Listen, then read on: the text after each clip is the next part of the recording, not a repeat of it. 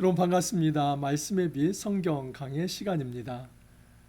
제가 아는 비행기 승무원 한 분이 이런 얘기를 한 적이 있습니다. 세계에서 가장 교만한 민족이 유대 민족이랍니다. 실제로 비행기 기내에서 서비스를 하다 보면은 가장 이제 교만하게 그렇게 우쭐대면서 행동하는 이 부류가 유대인이라는 이야기를 들은 적이 있습니다. 제가 그분에게만 이런 이야기를 들은 게 아니라 유대인을 만난 많은 사람들이 공통적으로 하는 얘기가 그들이 참 교만하다, 그런 얘기를 좀 하십니다. 여러분, 이게 어디서 이렇게 나온 거냐면 실제로 유대인들은 강한 선민의식을 가지고 있습니다.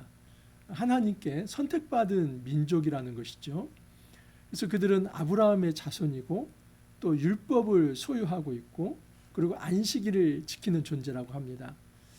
여러분, 우리가 쓰는 이 구약 성경, 그것을 유대인들도 지금 같이 쓰고 있지 않습니까?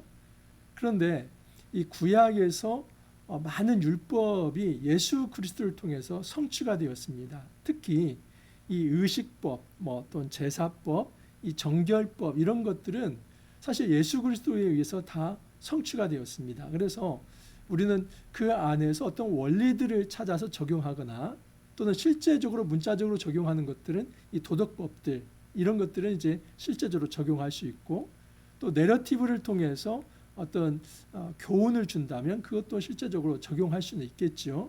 하지만 제사법이나 어떤 의식법, 그리고 정결법은 예수 그리스도에 의해서 다 성취가 됩니다. 여러분, 이 장면이 사실은 신약에서 어디에서 나오냐면 베드로가 이제 백부장 고넬료에게 가기 전에 하늘로부터 내려오는 이 네 귀에 달린 어떤 보자기에 있는 더러운 짐승이 내려오는 환상, 이 부분입니다. 하나님께서는 사실 그 더러운 짐승들이 내려오는데 베드로에게 잡아 먹으라고 하죠. 근데 베드로는 어떻게 합니까? 아니, 이 부정한 것을 어떻게 제가 먹을 수 있습니까? 그 율법에 의하면 이것은 정하지 않은 이 짐승들이고 그것을 먹는다는 것은 제가 제 몸을 더럽히는 건데 그렇게 할 수 없습니다. 근데 그때 하늘에서 뭐라고 이제 말씀이 들려옵니까? 내가 깨끗하다고 선포한 것을 네가 부정하다고 말하지 마라. 근데 이 일이 3번이나 있습니다. 그래서 사실은 여러분, 이 구약의 정결법, 그 음식법이 되었든 정결 예식이 되었든 어떤 제사법이 되었든 이것은 예수 그리스도를 통해서 완전히 성취가 되어서 오늘날 그것을 우리가 지킬 필요는 없습니다.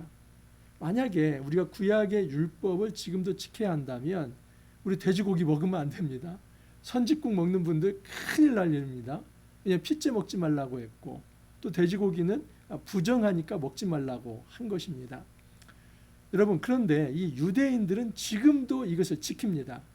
그래서 유대인들이 특히 이방인들과 식사를 같이 안 하려고 하는 이유가 있습니다. 왜냐하면 이방인들은 거의 10중 8구는 돼지고기를 먹기 때문에 돼지고기를 먹는 사람들과 식탁을 함께 하는 것만으로도 자기가 부정해진다, 이렇게 생각을 해서 그냥 어떤 이 민족주의적 어떤 그 유대인의 동질성, 이것만이 아니라 실제로 이 정결법 때문에 이방인과 식사를 꺼려 합니다. 그 이야기는 이 유대인들은 지금도 이제 이 구약의 율법을 문자적으로 지킨다는 것이죠. 여러분, 이 정결법을 오늘날도 이렇게 문자적으로 지킨다면 고대에 2000년 전에 이제 3000년 전에 그 율법이 지어졌을 때 그때는 어땠을까요? 말할 필요도 없죠. 그래서 여러분, 유대인이 선민의식을 가진다고 할 때는 이런 율법 준수에 있어서 나는 이 이방인들, 이 더러운 이방인들과 다르다 하는 그런 면에 있어서 우월감을 드러내는 겁니다. 나는 돼지고기 먹지 않고 부정한 음식을 먹지 않는, 그래서 아주 정결한 하나님 앞에서 선택받은 깨끗한 존재다, 이걸 자랑하는 것이죠. 그런데 오늘 보면 이 정결법에 혁명이 일어납니다. 이걸 여러분, 우리는 그냥 오늘날 이 시대에 살아가고 있기 때문에 이게 뭐가 그렇게 중요한 문제인가 잘 이해를 못해요. 그런데 이 정결법에 대한 이해가 있으면 여러분, 이것은 가히 혁명적입니다.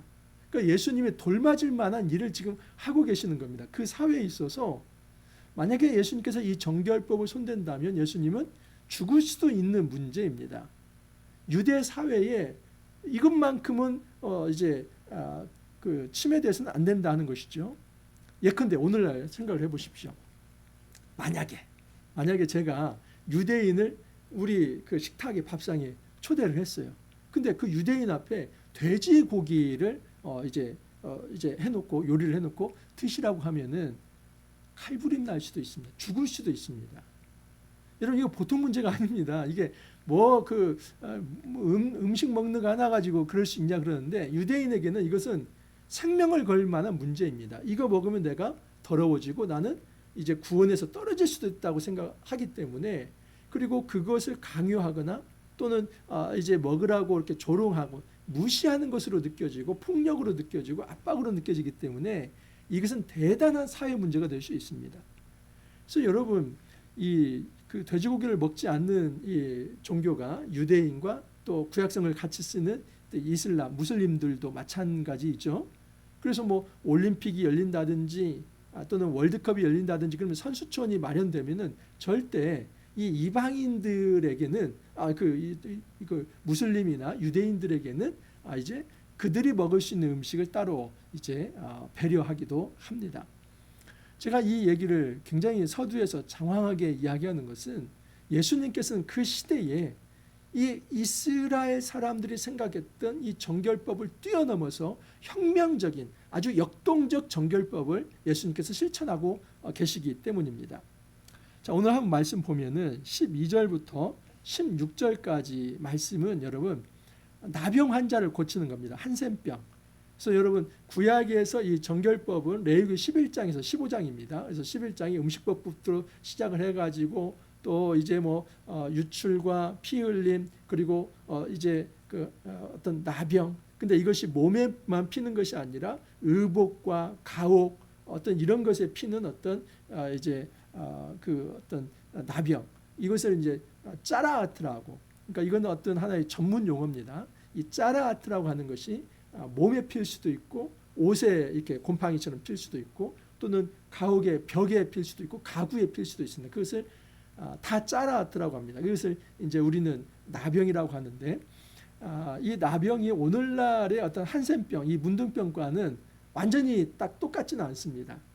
그러니까 이것은 어찌 보면 이 짜라아트라고 하는 우리로 표현된 이 문둥병, 나병은 악성 피부병이라고 하는 것이 더 강합니다. 그리고 이제 그 악성 피부병이 어떤 곰팡이 같은 균이 가옥이나 의복에도 필 수 있다 하는 이런 어떤 개념입니다. 자, 12절 이하를 보면 예수께서 한 동네에 계실 때 온몸에 나병 들린 사람이 있어 예수를 보고 엎드려 구하여 이르되 주여 원하시면 나를 깨끗하게 하실 수 있나이다. 근데 이것 자체가 굉장히 이례적인 겁니다. 왜냐하면 나병 걸린 자, 이 짜라아트, 이제 이 문둥병이 걸린 사람은 항상 격리 조치가 됩니다. 그래서 사회적으로 격리가 돼서 그 사람은 이제 일반 공동체 안에 들어올 수 없습니다. 근데 그 짜라아트 걸린 사람이 지금 이 공동체 이 이스라엘 공동체 안에 들어와서 예수님을 부르고 예수님께 나의 병을 좀 고쳐달라고 요구하는 것 자체가 굉장히 이례적입니다. 이건 여러분 이제 어떤 율법사들 또는 어떤 성전의 지도자들, 제사장들 또는 바리새인들이 볼 때는 저거 뭐야? 저 사람이 왜 여기까지 온 거지? 도대체 무슨 생각으로 여기까지 온 거야? 하면서 아마 굉장히 꾸중을 했을 것입니다. 이렇게 해서는 안 됩니다. 원래 문둥병 환자는 이렇습니다. 부정하다. 얼굴을 다 가리고 뭐 온몸을 다 가리면서 다른 사람에게 전염되지 않도록 그러면서 다른 사람에게 가까이 하지 않도록 그냥 큰 소리를 쳐야 합니다. 자기 입을 치면서 부정하다. 자기 몸을 부정하다. 그렇게 외쳐서 다른 사람이 자기를 접근하지 못하게 하는 이게 여러분 불문율이고 예의입니다. 그런데 이 문둥병 환자가 예수님을 향해서 예수님 부르면서 나를 고쳐주십시오. 이것은 굉장히 이례적인 겁니다. 이렇게 해서는 안 되는데 일단 이것을 요구를 하는 거예요. 그래서 많은 사람들 아마 저 뭐지? 이게 무슨 일이지? 이거 안 되는 건데 근데 거기에 대해서 예수님께서 어떻게 반응하는 것이 보십시오. 13절을 보면 예수께서 손을 내밀어 그에게 대시며 이르시되 내가 원하노니 깨끗함을 받으라 하신데 나병이 곧 떠나니라. 제가 놀란 건 뭐냐면 말씀만 하실 수도 있는데 예수님 말씀만 해도 다 고쳐지지 않습니까? 그런데 손을 내밀어서 만졌다는 겁니다. 이 손을 내밀어서 접촉을 한 겁니다. 여러분 이 짜라하트는 절대 접촉 불가입니다. 이제 이 부정한 것은 구약에서 어떻게 처리를 하냐면 부정한 것 피가 있습니다. 시체가 있습니다. 그리고 설정한 어떤 체액들이 있습니다. 또는 거기에 바로 이 짜라하트 나병균들입니다. 그래서 짜라하트 걸린 사람을 만진다는 것은 상식적으로 이건 이해할 수 없는 일이고 비상식적인 겁니다. 그렇게 하면 안 됩니다. 율법에 의하면, 정결법에 의하면 격리시키고 차별하고 몰아내고 그 사람으로부터 내가 부정으로 내가 이제 부정타지 않고 이렇게 하는 것이 굉장히 어떤 율법을 잘 지키는 거지, 그냥 가서 그 사람을 만진다, 사랑으로 만진다, 이것은 있을 수 없는 일을 예수님이 하신 겁니다. 자, 그러면 예수님께서 여러분 율법을 몰라서 순진하게 그렇게 했을까요? 아닙니다. 그 뒤에 보면은 예수님은 율법을 누구보다도 잘하셨다는 것을 알 수 있습니다. 예수께서 그를 경고하시되 아무에게도 이르지 말고 가서 제사장에게 내 몸을 보이고 또 내가 깨끗하게 됨으로 인하여 모세가 명한 대로 예물을 드려 그들에게 입증하라 하셨더니, 그 당시에 여러분 이 짜라하트 나병을 판별하는 사람은 의사가 따로 있는 게 아니라 의사 역할을 제사장이 합니다. 그래서 제사장이 딱 볼 때 이게 이제 어떤 하얀 반점 이런 것들이 싹 없어지잖아요. 그러면 이 사람은 나병이 없어졌다. 그래서 제사장이 선언을 하면 그 사람은 사회에서 활동을 할 수 있습니다. 그러나 만일 제사장이 선언하지 않는데 그 사람이 사회에서 활동을 한다, 돌에 맞아 죽을 수도 있습니다. 그래서 예수님이 이 나병을 고침받은 사람에게 아무에게도 알리지 말고 먼저 제사장에게 가라. 그래서 네 몸을 보이고 나았다는 것을 그 사회적 선언을 받아라. 그래야 네가 사회적으로도 자유함을 누릴 수 있다. 예수님은 여러분 육체의 질병만 고친 게 아니라 사회적으로 억압과 차별로부터도 그 사람을 치유하신 겁니다. 근데 예수님이 치유할 때 두 가지가 있습니다. 뭐냐면 내가 원하노니, 이것은 예수님의 의지입니다. 깨끗함을 받으라, 이것은 예수님의 능력입니다. 우리가 누군가를 치유한다고 할 때는 사실 두 가지가 있어야만 합니다. 나에게 긍휼의 마음, 그 어떤 상대방에 대한 어떤 동정심, 또 어떤 그 사람을 불쌍히 여기는 마음, 아끼는 마음, 그 사람에 대한 어떤 애정, 이것이 있어서 그 어떤 원함, 의지, 이 사랑의 의지가 있는 것이 중요하죠. 예수님은 여러분이 사랑의 의지가 있었습니다. 또 하나는 아무리 사랑의 의지가 있으면 뭐합니까? 아이고 불쌍한데 어떻게 이렇게 하면 고치지 못하죠. 사랑의 의지가 있으면서도 능력이 있어야만 합니다. 예수님은 깨끗함을 받아라. 그러니까 예수님은 사랑의 의지가 있을 뿐만 아니라 병을 치유할 수 있는 능력이 있으신 분입니다. 이게 하나님으로서의 특징이 있죠. 예수님에게는 이런 하나님으로서의 특징이 있습니다. 그래서 예수님은 하나님의 자격으로서 성부, 성자, 성령 삼위일체 되신 이 성자 하나님의 자격으로서 이 사람을 치유해냅니다. 이 사람은 여러분 하나님 나라에서 이제 어떤 안식을 체험하지 못하는 사람이지요. 왜냐하면 안식을 체험하는 사람은 그 공동체 내에서 생활하지만 이 안식을 체험하지 못하기 때문에 차별받고 그들은 공동체 밖으로 격리된 거 아닙니까? 근데 예수님은 그들을 고쳐서, 이 나병 환자를 고쳐서 사회 내로 들어오게 하고 영적으로, 육적으로, 사회적으로 완전히 회복시키고 치유하신다는 사실입니다. 예수의 소문이 더욱 퍼지며 수많은 무리가 말씀도 듣고 자기 병도 고침을 받고자 하여 오되 예수는 물러가서 한적한 곳에서 기도하시니라. 이게 아주 중요한 포인트입니다. 예수님은 어떤 일에 파묻혀서 본질을 잃어버리지 않습니다. 예수님은 일을 열심히 하시지만 자기의 본질은 성부, 성자, 성령의 삼위일체 되신 하나님으로서 아버지 일을 하는 자로서 이 땅에 오셨다는 그 사명의식을 잊지 않았습니다. 그래서 한적한 곳에 가서 기도한 겁니다. 이 한적한 곳은 사실은 광야에 있죠. 그곳에서 기도를 합니다. 여러분 예수 그리스도에게 이런 어떤 영적인 경건함이 있었기 때문에 그가 바로 온전한 하나님 나라를 이 땅에 도래케 할 수 있었던 것입니다. 예수님의 이 정결법은 역동적 정결법입니다. 구약의 이 정결법이 정태적 정결법이라고 한다면, 이 정태적이라고 하는 것은 움직이지 않는 것이죠. 그냥 그 자리에 있는 겁니다. 그래서 구별과 분리와 어떤 차별과 그 속에서 내가 이제 어떤 더러움으로부터 이제 보호되는 것, 이것이 구약의 정결법인데, 예수님은 역동적 정결법, 만져서 오히려 그것을, 더러운 것을 깨끗하게 하는 것. 그러니까 내가 더러워질까 봐 조심하는 게 아니라 오히려 가서 더러운 것을 덥석 만지고 그 거룩이 그들에게 전파가 되어서 그들을 깨끗하게 하는 것. 이것은 굉장히 다이나믹한 역동적 거룩이다라고 볼 수 있습니다. 자, 그 다음도 마찬가지입니다. 자, 17절 이하를 보면 25절까지 이런 내용입니다. 중풍병 환자가 있습니다. 중풍병 환자라는 것은 오그라들어서 이제 근육을 제대로 쓸 수 없는 자 있죠. 중풍병 환자는 일어나서 걸을 수가 없습니다. 그래서 아마 계속해서 침상에서 거했을 것이고, 아마 대소변도 누군가의 도움을 받아서 살았을 것입니다. 근데 그 친구들이 그 중풍병 환자를 너무 아끼는 겁니다. 그래서 침상에 그냥 4명이서 아마 메었을 것입니다. 근데 이 사회적 장벽이 하나 생긴 겁니다. 사람들이 너무 많이 모인 거예요. 예수님이 병도 고친다, 또 좋은 말씀도 하신다, 그 소문이 나니까 많은 사람들이 모여들었습니다. 그러니까 그 많은 사람들 앞에 이 병자를 이끌고 앞에 나가는 것은요, 불가능한 일이나 마찬가지입니다. 비켜주지가 않습니다. 그리고 여러분, 나병 환자 같지는 아니지만 이스라엘 사회에서 병을 얻었다고 하는 것은 불완전성을 가졌다, 부정하게 여겼습니다. 완전성을 가진 것을 최정점을 생명이라고 한다면, 불완전의 양극의 정점은 죽음입니다. 그래서 이 죽은 시체를 가장 불완전한 상태로 이렇게 부정하게 여겼고, 그 죽음 이전의 질병의 단계도 굉장히 부정하게 여겼습니다.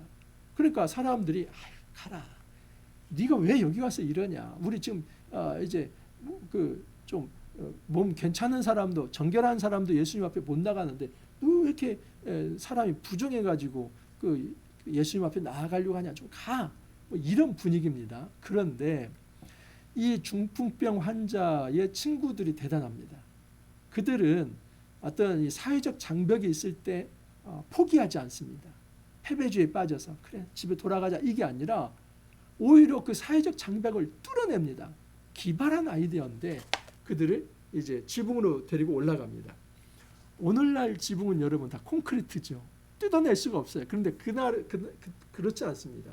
그냥 뭐 나뭇가지들을 얹어 놓고 흙으로 뭐 진흙이나 이런 것들을 메우고 이런 식으로 지붕을 좀 만들기 때문에, 지붕을 살살살 틀면 그 흙더미가 뭐 조금 떨어지면서 벌릴 수가 있습니다. 그리고 거기에 달아 내리는 겁니다.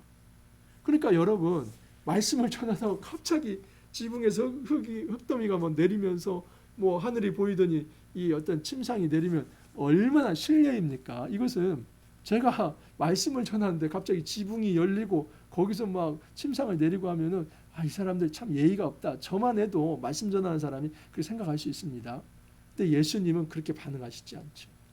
정말 예수님은 이것을 보면서 이 친구들의 믿음이 대단하구나, 이 중풍병 환자보다도 이 친구들의 이 정성과 사랑, 이게 참 대단하구나. 그래서 그 친구들의 믿음이라고 할 때는 그 친구들의 어떤 신앙 고백이라기보다는 그 친구들의 열심과 열정, 그리고 그 중풍병 환자에 대한 애정, 이것에 대해서 예수님께서 그것을 받아들인 겁니다. 그래서 여러분, 이 중풍병 환자의 어떤 신앙 고백보다도 예수님의 은혜로 예수님께서 주권적으로 어떤 동정하시는 마음과 긍휼히 여기시는 마음으로 이 친구들의 그 사랑의 마음을 받아서 고치십니다. 보십시오. 무리 때문에 메고 들어갈 길을 얻지 못한지라 지붕에 올라가 기와를 벗기고 병자를 침상째 무리 가운데로 예수 앞에 달아내리니, 예수께서 그들의 믿음을 보시고, 누구의 믿음입니까? 그들 친구들의 믿음을 보시고 이르시되 이 사람아 내 죄사함을 받았느니라. 자, 그런데 여기서 또 하나 문제가 생깁니다. 예수님은 문제 발생시키는 사람입니다. 근데 아주 선한 그 당시에 이 율법과 대조가 되는 이 율법과 어떤 갈등이 될 만한 것을 예수님은 서슴지 않고 드러냅니다. 뭐냐면 죄사함의 문제입니다. 그냥 뭐 이제 그 지붕이 열려가지고 침상이 내려왔다고 보시죠. 그러면 좀 병만 고쳐주시면 될 텐데 예수님은 지금 병 고치지 않고 먼저 하시는 말씀이 내 죄사함을 받았느니라. 오해는 마십시오. 오늘날의 모든 질병을 죄와 연결시키는 것은 잘못된 것입니다. 그러니까 죄를 짓지 않아도 육체적 질병을 가질 수 있습니다. 하지만 여러분 어떤 경우는 죄와 연결될 수도 있습니다. 특히 이 신약에서는 하나님 나라가 도래한다고 할 때는 그 불완전한 상태가 질병 또는 어떤 죄의 상태 그리고 사단에게 매여 있는 노예의 상태, 예속의 상태 이런 것들입니다. 그래서 죽기와 질병 치유 뭐 이런 것을 통해서 하나님 나라가 임한다는 걸 보여주는 것이기 때문에 이때 이 상태에서 이 죄의 문제와 질병의 문제가 좀 이제 아주 연결될 수도 있는 부분이 일정 사례가 있습니다. 그렇다고 해서 이것을 보편적 일반적 사례로 만들어 가지고 오늘날 모든 질병 걸린 사람이 다 죄가 있다 이렇게 말하면 절대 안 됩니다. 이걸 문자적으로 이렇게 해석해서는 안 됩니다. 자, 어찌 됐든 주님은 표면적으로는 그 사람이 지금 질병을 얻는 건데 예수님께서 말씀하시는 건 뭐냐면 본질적으로 내 죄사함을 받았느니라. 그러니까 예수님이 더 본질적으로 고치는 것은 그의 영의 문제지요. 이 영적인 어떤 죄의 문제입니다. 어떤 영적인 불구의 문제입니다. 육체적 불구도 문제가 심각하지만 이 사람의 이 영적인 불구를 예수님께서 고쳐주시는 겁니다. 자, 그런데 거기에 대해서 이제 수근수근 거리는 거예요. 신성모독이다. 이거 죄사함이라고 하는 것은 하나님만 할 수 있는 선언인데 네가 뭔데? 네가 인간이 네가 하나님이야? 뭐 이런 분위기입니다. 여러분 아직 예수님을 성자 하나님으로 못 받아들이고 있는 것이죠. 그래서 예수님의 사역은 그런 분위기 속에서 내가 하늘로부터 온 하나님의 아들이라고 하는 것을 보여주는 겁니다. 어떻게 해요? 질병을 고쳐주심으로써. 그래서 예수님은 그들의 생각을 꿰뚫어 보시죠. 그래서 예수께서 생각을 아시고 대답하여 이르시되 너희 마음에 무슨 생각을 하느냐 내 죄사함을 받았느니라 하는 말과 일어나 걸어가라 하는 말이 어느 것이 쉽겠느냐. 여러분 사실 그냥 이 세상에서 다른 사람에게 내 죄사함을 받았습니다. 당신이 지금 치유될 것입니다. 이 둘 중에 어떤 게 더 쉬운 말입니까? 그냥 죄사함을 받았다 하는 말이 쉬운 말이죠. 왜냐하면 증명이 잘 안 되잖아요. 그러잖아요. 그런데 여러분 병을 고침을 받았다. 당신이 지금 치유됩니다. 근데 선언을 했는데 안 고쳐지면 당신 거짓 선지자야 이렇게 당장 뽀록 나는 거 아닙니까? 그러니까 사실은 인간적으로 볼 때는 병을 고치는 게 어려워 보일 수 있어요.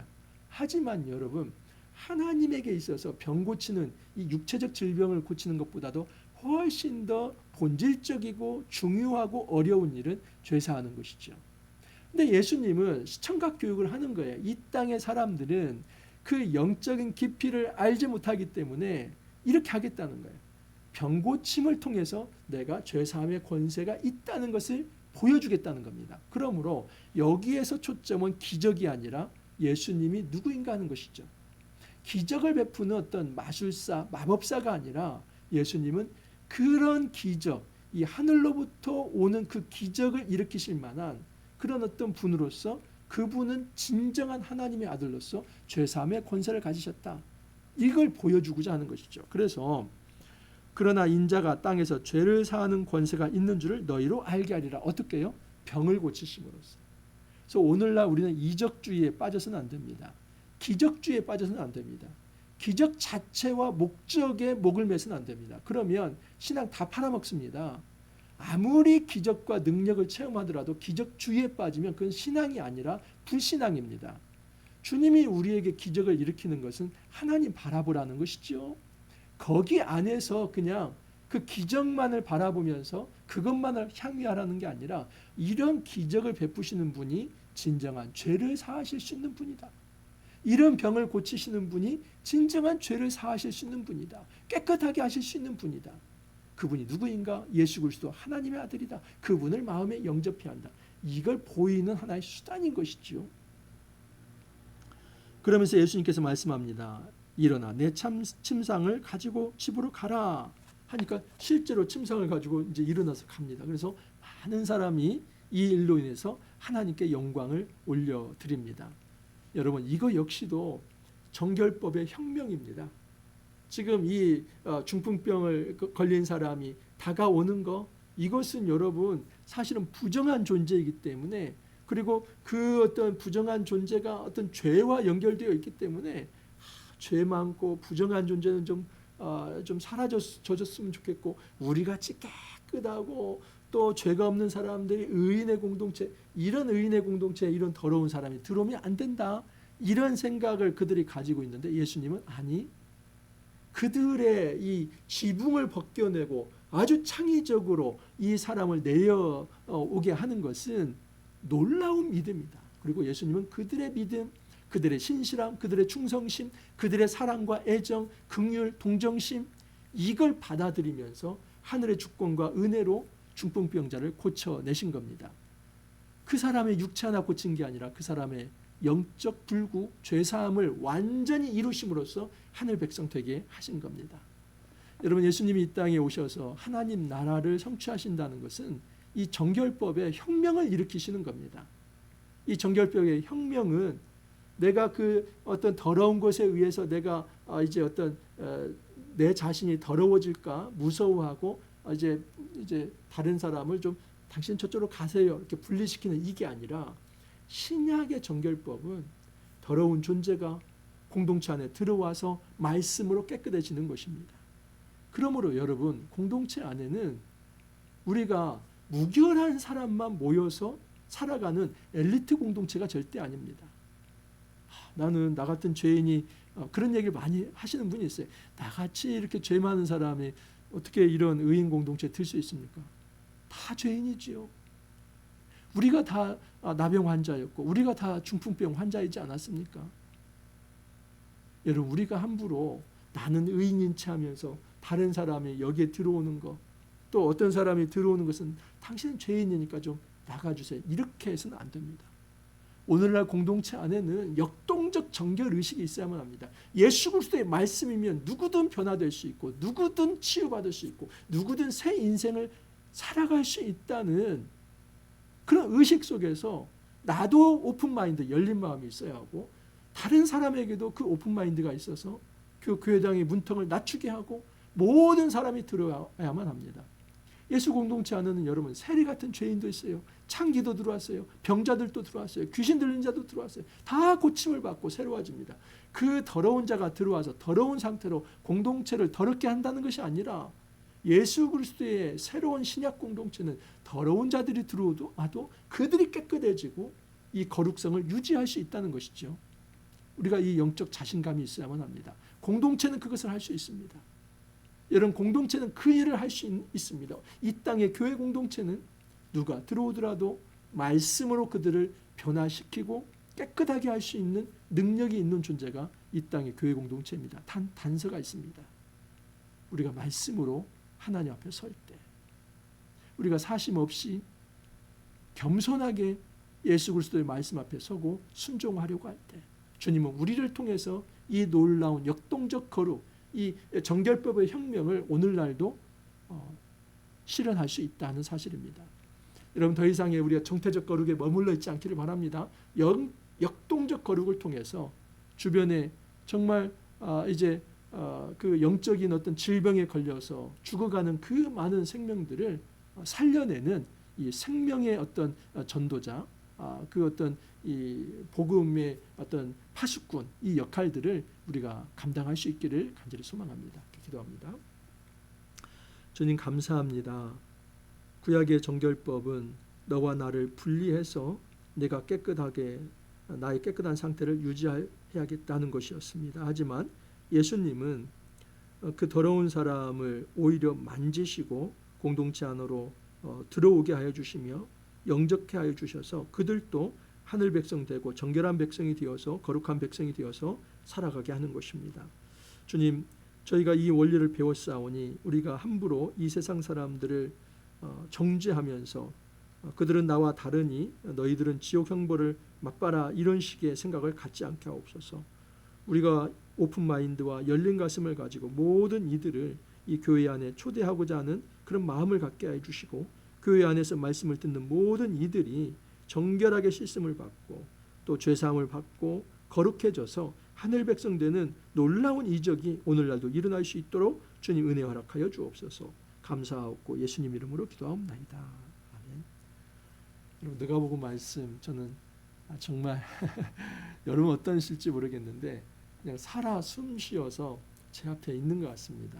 그리고 이 살아 숨쉬는 역사가 실제가 되기를 간절히 바라며 기도합니다.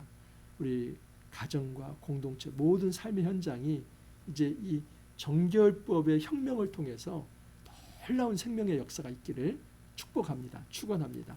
오늘 여러분 또 열심히 사시고 내일 찾아뵙도록 하겠습니다. 감사합니다.